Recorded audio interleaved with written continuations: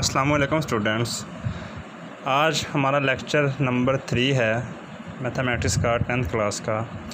तो student second lecture में कल हमने डिस्कस किया था कि क्वाड्रेटिक क्वेश्चन नंबर 1 एक्सरसाइज का 1.1 का क्वेश्चन नंबर 1 कल हमने डिस्कस किया था, सॉल्व किया था।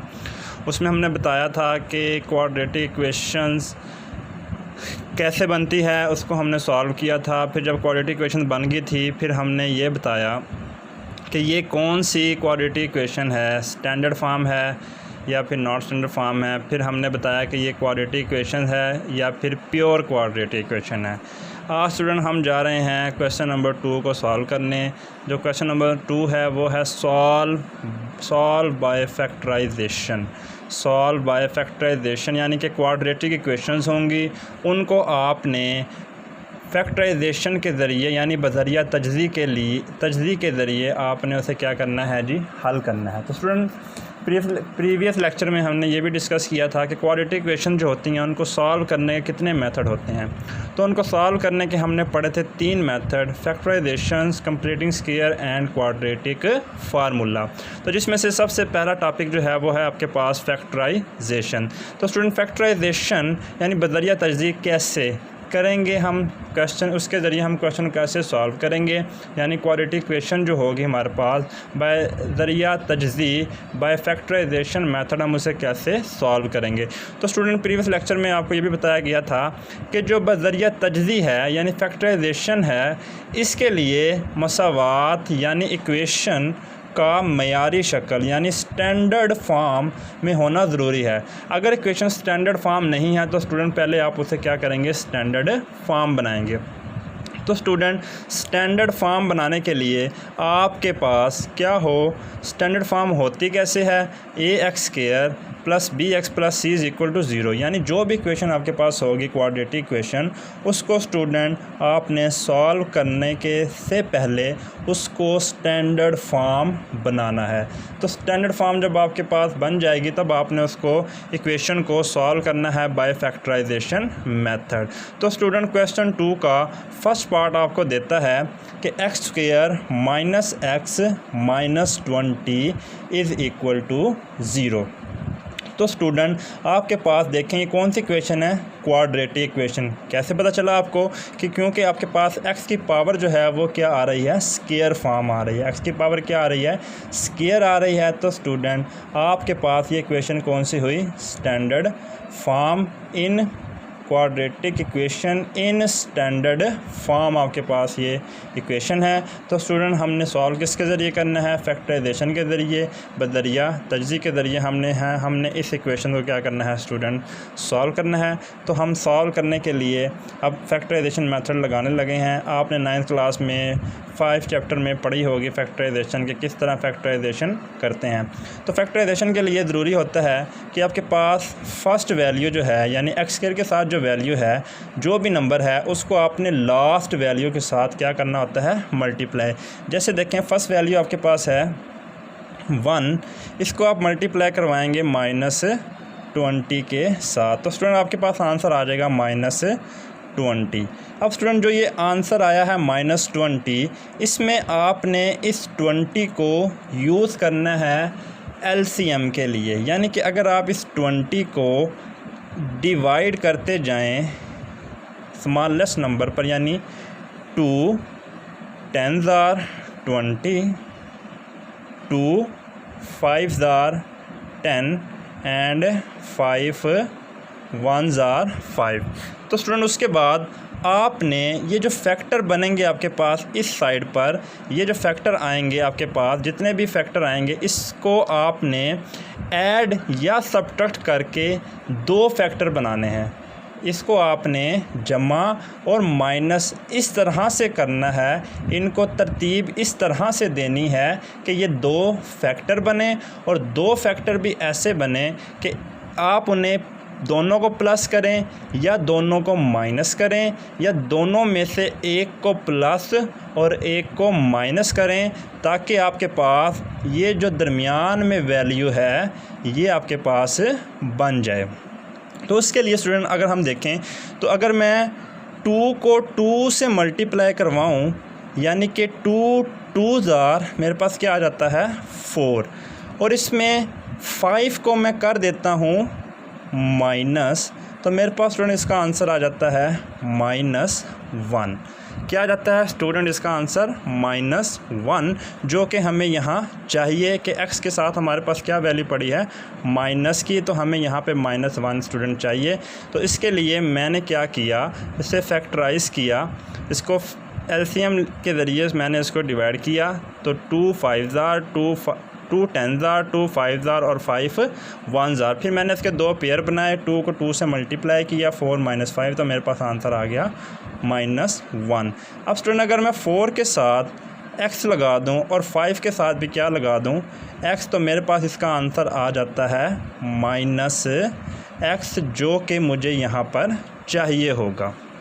अब स्टूडेंट अब जो आपने फैक्टर बनाए हैं, जो फैक्टर आपने बनाए हैं उनको आपने मल्टीप्लाई करके ये भी चेक करना है कि आया कि वो -20 वापस बनते हैं या नहीं। तो आप यहाँ चेक कर सकते हैं कि अगर 4 को मल्टीप्लाई करवाया जाए -5 के साथ, तो आपके पास आंसर बन जाता है स्टूडेंट -20। इट्स मीन आपने ये जो फैक्टर बनाए हैं 4 और -5 वाले, 4x और -5 वाले, ये आपके बिल्कुल दुरुस्त फैक्टर हैं। तो यहाँ पर अब हम इसके फैक्टराइजेशन स्टार्ट करते हैं। फैक्टराइजेशन के लिए स्टूडेंट कैसे, आपने फ़र्स्ट वैल्यू यानी कि x² वाली वैल्यू को ऐसे ही प्लस या माइनस, आप बड़ी वैल्यू आपके पास कौन सी है 5, तो इसके साथ आप 5x माइनस ये जो फैक्टर आपने बनाए हैं प्लस 4x -20 = 0। अब स्टूडेंट जब ये फैक्टर बन गए तो आपने इन दो पेयर में से एक फैक्टर बनाना है, यानी कि दो पेयर, दो वैल्यूज़ को यूज़ करते हुए आपने फैक्टर बनाने हैं। अब अगर आप इसमें गौर करें तो इसमें कौन सी चीज़ स्टूडेंट एक जैसी है जो दोनों में मुश्तरक है, कॉमन आ रही है, तो स्टूडेंट इसमें आपके पास x एक ऐसी वैल्यू है जो दोनों में कॉमन आ रही है। तो यहाँ से 2x थे, एक x हमने कॉमन ले लिया, तो आपके पास स्टूडेंट बच गया एक x माइनस यहाँ से ये वाला x जो था स्टूडेंट आपने कॉमन ले लिया बाहर, तो आपके पास पीछे बच गया जस्ट 5। अब स्टूडेंट इसकी बारी, अब आपने इन दो में से ऐसी वैल्यू को कॉमन लेना है, मुश्तरक लेना है जो दोनों में एक जैसी हो। तो स्टूडेंट अगर आप यहाँ 4 को देखें तो x तो सिंगल है, यहाँ पे x नहीं है, तो x को हम कॉमन नहीं ले सकते। तो एक वैल्यू बची है 4, तो 4 को अगर हम यहाँ से लें कॉमन तो हमारे पास रह जाता है सिंगल x, क्योंकि यहाँ 4 था, 4 हमने कॉमन ले लिया, तो हमारे पास सिंगल बच गया x प्लस माइनस 4 5 20 = 0। तो स्टूडेंट यहाँ पे इस स्टेप में आपको आकर पता लग जाएगा कि आपकी फैक्टराइजेशन दुरुस्त है या नहीं है। तो अगर आपके पास ये वाला फैक्टर जो आपने निकाला है और ये वाला फैक्टर दोनों सेम आ जाएं, यानी इसकी जो वैल्यू है वही इसकी वैल्यू हो और इसमें जो साइन है वही इसमें साइन हो, तो आपकी फैक्टराइजेशन क्या होती है, दुरुस्त होती है। अब स्टूडेंट यहाँ से यहाँ तक अलग वैल्यू है और यहाँ से यहाँ तक आपके पास अलग वैल्यू है, तो हम क्या करते हैं, ये वाला जो x - 5 फैक्टर है ये दोनों में सेम है, तो हम इसको भी एक बार फिर क्या लेते हैं, कॉमन ले लेते हैं, और जो वैल्यू बचेगी x प्लस 4 इसका हमने स्टूडेंट एक अलग फैक्टर बना दिया। अब स्टूडेंट जो हमारे पास मेथड था फैक्टराइजेशन, अब हमने इस क्वाड्रेटिक इक्वेशन को सॉल्व करके अपने फैक्टर बना लिए।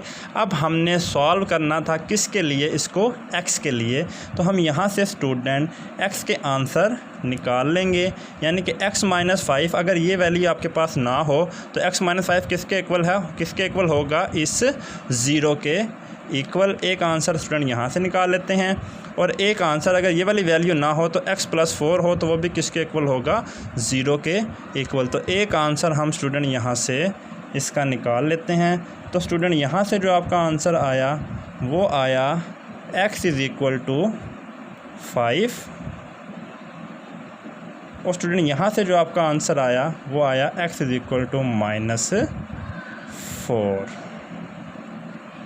x = -4। तो स्टूडेंट इसका अगर हम सॉल्यूशन सेट लिखें यहाँ पर सोल्यूशन सेट हमने लिखना होता है।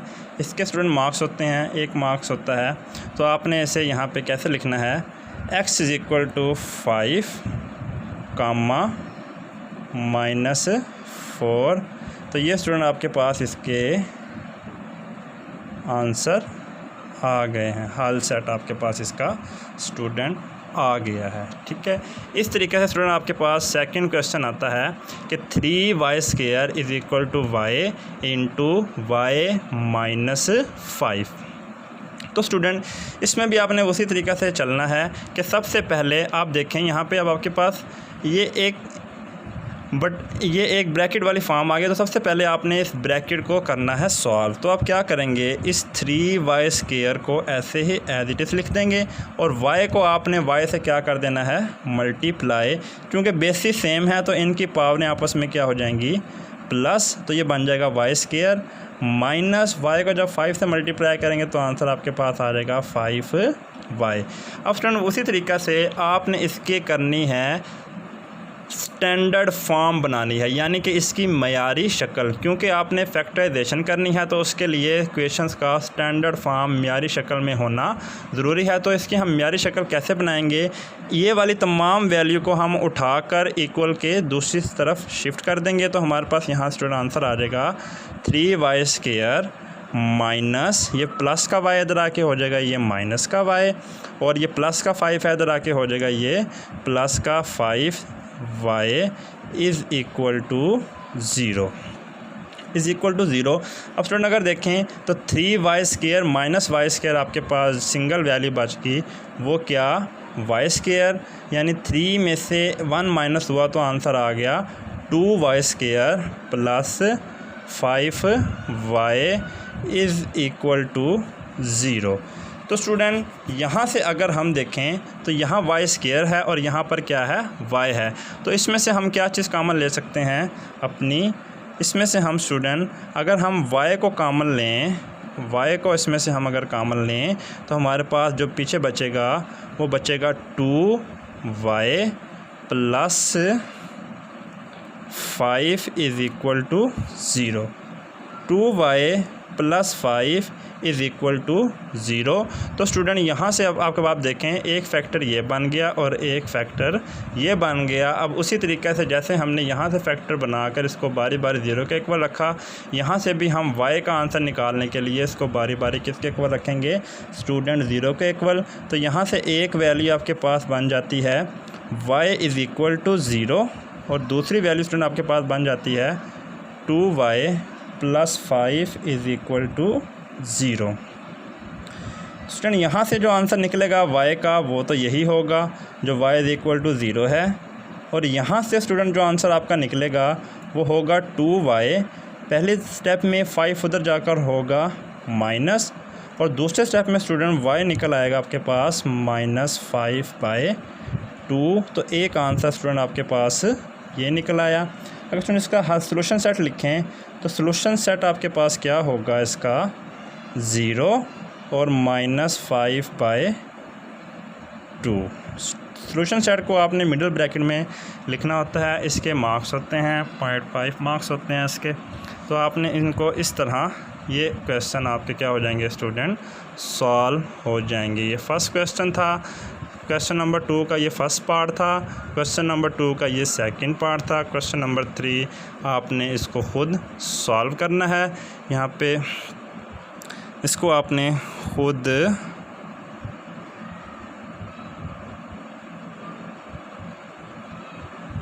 इसे खुद सॉल्व करना है। ठीक है जी, आगे चलते हैं स्टूडेंट। हमारे पास क्वेश्चन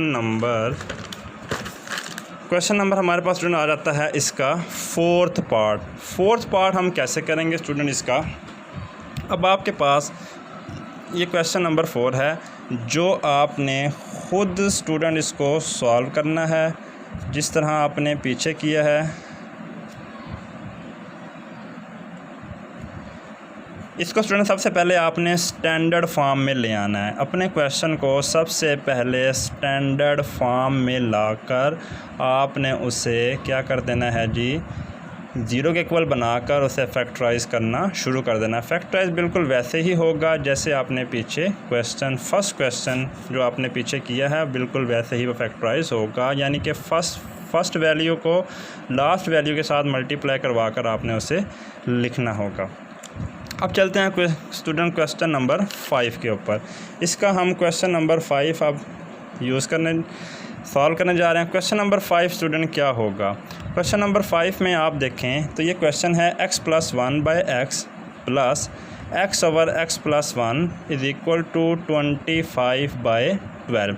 तो स्टूडेंट प्रीवियस लेक्चर में हमने जब क्वेश्चन नंबर 1 को सॉल्व कर रहे तो हमारे पास इस तरह की एक फॉर्म आई थी कि हमारे पास जो क्वेश्चन था उसको हमने सॉल्व करके क्वाड्रेटिक इक्वेशन बनानी थी, और क्वाड्रेटिक इक्वेशन बनाने के बाद हमने उससे बताना था कि ये प्योर है या फिर सिर्फ क्वाड्रेटिक इक्वेशन है। तो स्टूडेंट यहाँ पर भी हम आधा काम वही करेंगे कि सबसे पहले हम इसको बनाएंगे क्वाड्रेटिक इक्वेशन, और क्वाड्रेटिक इक्वेशन भी कौन सी? In standard form. जब वो स्टैंडर्ड फॉर्म बन जाएगी तब हम उसे आगे सॉल्व करेंगे बाय फैक्टराइजेशन मेथड। तो स्टूडेंट सबसे पहला स्टेप देखें, इसमें 1, 2 और 3 वैल्यूज़ ऐसी हैं जो बटा वाली हैं, 2 वैल्यू इक्वल से लेफ़्ट साइड पर हैं और 1 वैल्यू इक्वल के राइट साइड पर है।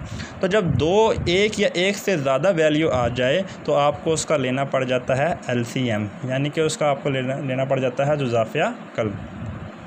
तो स्टूडेंट सबसे पहले अगर आप देखें तो आपके पास x + 1 और 12 ये तीनों वैल्यूज़ ऐसी हैं जो डिनोमिनेटर में आ रही हैं। तो इसका LCM ये तीनों वैल्यूज़ ही होंगी। आप क्या करें, इन तमाम वैल्यूज़ को इसके LCM से दोनों तरफ क्या कर दें, मल्टीप्लाई करवा दें, यानी कि 12x और x + 1 से इस वैल्यू को भी, इस वैल्यू को भी और इस वैल्यू को भी स्टूडेंट क्या कर दें, मल्टीप्लाई करवा दें। जब आप इसे मल्टीप्लाई करवाएंगे तमाम वैल्यूज़ को, फर्स्ट वैल्यू के साथ तमाम वैल्यू को मल्टीप्लाई करवा दिया, सेकंड वैल्यू के साथ तमाम LCM वाली वैल्यू को मल्टीप्लाई करवा दिया, और इक्वल के राइट साइड पर इस सिंगल वैल्यू को तमाम वैल्यू से क्या कर दिया स्टूडेंट, आपने मल्टीप्लाई करवा कर लिख दिया। अब स्टूडेंट होगा क्या कि ये जो x वाली वैल्यू है ये इस x से क्या हो जाएगी, कैंसिल आउट हो जाएगी, और ये x + 1 वाली वैल्यू जो है ये इस x + 1 वाली वैल्यू के साथ क्या हो जाएगी, कट जाएगी, और ये जो 12 है इस 12 के साथ क्या हो जाएगा, कैंसिल आउट हो जाएगा। कैंसिल आउट होने के बाद जो आपके पास वैल्यू बचेगी स्टूडेंट वो क्या होगी, 12 x + 1 और x + 1 प्लस 12x × x, और थर्ड पे x + 1 और 25, इसको अरेंज करके लिख देते हैं। 25 स्टार्ट में और बाकी x और x + 1 और डिवाइडेड में 12 से कैंसिल हुआ तो आंसर आपके पास बच गया 1। ठीक है जी, आंसर आपके पास बच गया स्टूडेंट 1। अब क्या होगा, ये देखें ये सेम वैल्यू है x + 1 और x + 1, इसको हमने एक ही वैल्यू करके ऊपर इसका कर दिया स्क्वायर, प्लस x को x से मल्टीप्लाई किया तो इसको हो गया 12x² इक्वल 25 ऐसे ही, और x को अंदर हमने कर दिया मल्टीप्लाई, यानी x जब x से मल्टीप्लाई हुआ तो x², x जब 1 से मल्टीप्लाई हुआ तो आंसर आ गया आपके पास x। तो स्टूडेंट उसके बाद यहाँ पर आपके पास ये एक कुलिया लगता है, फार्मूला लगता है a + b होल स्क्वायर। ये स्टूडेंट नीचे कुलिया लिखा गया है कि a + b होल स्क्वायर किसके इक्वल होता है, 9th क्लास में आपने ये पढ़ा हुआ है कि ये इक्वल होता है a का स्क्वायर प्लस 2ab + b का स्क्वायर। तो स्टूडेंट यहाँ से हम इसको a + b स्क्वायर की फॉर्म में हम इसे कर लेते हैं ओपन। तो 12 एज इट इज़ a का स्क्वायर यानी x का स्क्वायर प्लस 2, a फार्मूले की जगह पर a की वैल्यू x है तो हमने x पुट कर दी, b की वैल्यू 1 है तो हमने 1 पुट कर दी, प्लस b का स्क्वायर, तो b हमने स्टूडेंट यहाँ पर रखा 1 तो हमारे पास 1 का square, plus 12x² as it is equal, अब 25 को हमने स्टूडेंट यहाँ पे कर दिया अंदर मल्टीप्लाई, तो हमारे पास आंसर आ गया 25x² प्लस 25x। ठीक है जी, उसके बाद स्टूडेंट हमारे पास इसका नेक्स्ट स्टेप आता है। नेक्स्ट स्टेप आपके पास ये है कि आपने इस जो 12 था आपके पास, ये वाला 12, आपने इसको अब इन तमाम वैल्यू से मल्टीप्लाई करवा कर लिखना है। तो जब आपने इन तमाम वैल्यूज़ को मल्टीप्लाई करवा कर लिखा तो आपके पास ये वैल्यू इस तरह बन गई कि 12x² plus 24x plus 12 plus 12x² और जो इक्वल के राइट साइड पर वैल्यू थी आपने उसको इक्वल के लेफ़्ट साइड पर शिफ्ट कर दिया, तो वो दोनों प्लस की थी, वो इधर आके दोनों क्या हो जाएंगी, माइनस की, यानी -25x² और -25x इज़ इक्वल टू 0 हो जाएगा। अब स्टूडेंट आपने देखा कि अब आपने ये x² वाली वैल्यू को इस x² वाली वैल्यू में कर दिया ऐड, यानी 12 और 12 कितने हो गए, 24x² plus 24x plus 12 minus 25x² और -25x इज़ इक्वल टू 0। अब स्टूडेंट ये हुआ कि आपने इस 24x² में से -25x² को माइनस किया तो आपके पास आंसर आ गया -x²। उसके बाद 24x जो था इसमें आपने माइनस करने हैं -25, क्योंकि ये भी x वाली वैल्यू बच गई और ये भी x वाली वैल्यू बच गई, और प्लस 12 एज़ इट इज़। अब आपने स्टूडेंट यहाँ पे -x² एज़ इट इज़ आ गया। 24 में से -25 को जब माइनस किया तो आंसर आपके पास आ गया -x plus 12 as it is equal to 0। अब स्टूडेंट यहाँ पे ये एक क्वाड्रेटिक इक्वेशन बन गई है। अब स्टूडेंट हमारे पास जो फर्स्ट वैल्यू होती है वो पॉजिटिव रखी जाती है, तो पॉजिटिव बनाने के लिए हम इसमें से माइनस को ले लेते हैं कॉमन, माइनस को मुश्तरक ले लिया। जब आपने स्टूडेंट माइनस को कॉमन लिया तो ये माइनस बाकी तमाम वैल्यूज़ की साइंस को क्या कर देगा, अलामतों को तब्दील कर देगा। तो ये माइनस, ये फर्स्ट वैल्यू माइनस थी तो इसने जब माइनस कॉमन लिया तो ये पॉजिटिव हो गई, ये माइनस थी तो ये माइनस जब माइनस से मल्टीप्लाई होगा तो ये प्लस हो जाएगा, और ये माइनस जब प्लस से मल्टीप्लाई होगा तो इसे ये क्या कर देगा, माइनस। अब स्टूडेंट इस माइनस को हम इक्वल के दूसरी तरफ शिफ्ट कर देंगे, तो जब 0 से ये माइनस मल्टीप्लाई या डिवाइड होगा तो आंसर आपके पास 0 ही आ जाएगा। तो आपके पास ये स्टूडेंट देखें standard form of quadratic equation यहाँ पर आपके पास बन गई है। जो हमारा मेन मकसद था स्टैंडर्ड फॉर्म बनाने का, और कौन सी इक्वेशन, क्वाड्रेटिक इक्वेशन का। अब स्टूडेंट यहाँ से आपके पास वही तरीका दोबारा शुरू हो जाएगा, फैक्टराइजेशन आपने इसकी करनी है। तो फर्स्ट वैल्यू को लास्ट वैल्यू से स्टूडेंट यहाँ पे आपने कर देना है मल्टीप्लाई, यानी 1 मल्टीप्लाई -12 इज़ इक्वल टू -12 आ जाएगा। फिर आपने इस नंबर को, सिर्फ 12 नंबर को आपने करना है डिवाइड, यानी कि लेना है उसका एलसीएम। तो आप इसका एलसीएम लेंगे तो आपके पास 2 6 12, 2 3 6 और 3 1 3। तो स्टूडेंट उसी तरीके से आपने इसके बनाने हैं, इन जो यहाँ पर फैक्टर हैं उसके आपने 2 पेयर बनाने हैं। 2 पेयर ऐसे कि उनको ऐड या सब्ट्रैक्ट करें, या दोनों को ऐड करें या दोनों को सब्ट्रैक्ट करें, या एक को ऐड करें और दूसरे को क्या करें, उसमें से सब्ट्रैक्ट, और आपके पास आंसर आ जाए +1x प्लस 1x आ जाए। और जो फैक्टर आप बनाएंगे यहाँ से उनको दोबारा मल्टीप्लाई करने से आंसर आपके पास आ जाए 12। तो स्टूडेंट यहाँ से हमने जब फैक्टराइज किया तो हमारे पास ये बन गया 2 2s 4 और 3। तो स्टूडेंट अगर मैं 2 और 2 4 में से 3 को माइनस करूँ तो मेरे पास आंसर आ जाता है +1 का। और इसी तरीक़ा से अगर मैं 4 को मल्टीप्लाई करवाऊँ -3 से तो मेरे पास आंसर आता है -12, जो कि हमने यहाँ पर यूज़ करना है। तो स्टूडेंट यहाँ पे आपके पास 2 फैक्टर बन गए, एक 4 का और एक -3 का। यहाँ पे आप उसे यूज़ करेंगे, x² plus 4x minus 3x minus 12 is equal to 0। अब स्टूडेंट उसी तरीक़े से इन 2 फैक्टर, इन 2 वैल्यूज़ में से आपने कॉमन लेना है, और इन 2 वैल्यू में से आपने एक एक नंबर क्या लेना है, कॉमन लेना है। तो फर्स्ट 2 वैल्यू में से जो चीज़ कॉमन आ रही है स्टूडेंट वो है आपके पास x। अब यहाँ पे 2x थे तो 1x आपने बाहर ले लिया, कॉमन ले लिया, तो पीछे बच गया 1x, प्लस यहाँ पे सिंगल x था वो आपने कॉमन ले लिया तो आपके पास बन गया x प्लस 4। अब स्टूडेंट इसकी वैल्यू, इस वैल्यू की बारी है, तो आपने सबसे पहले लेना है साइन कॉमन, माइनस कॉमन आ गया। अब ये 3 एक ऐसा नंबर है जो 12 को डिवाइड करता है कितने नंबर पे, 4 नंबर पे। तो 3 4 12 हो जाएगा। अब इसमें से हमने 3 क्या ले लिया कॉमन, तो हमारे पास जो वैल्यू बची है वो जस्ट x है, और ये माइनस माइनस क्या हो जाएगा, प्लस इज इक्वल टू 4। अब स्टूडेंट देखें तो आपके पास ये वाली वैल्यू और ये वाली वैल्यू दोनों क्या आ रही हैं, सेम। तो आप इसको एक बार फिर कॉमन ले लेंगे।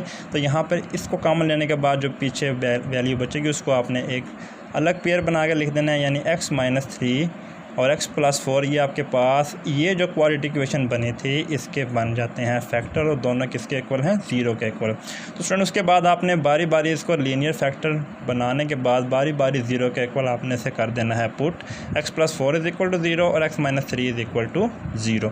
तो यहाँ से स्टूडेंट आपने x + 4 = 0 का आंसर निकालना है।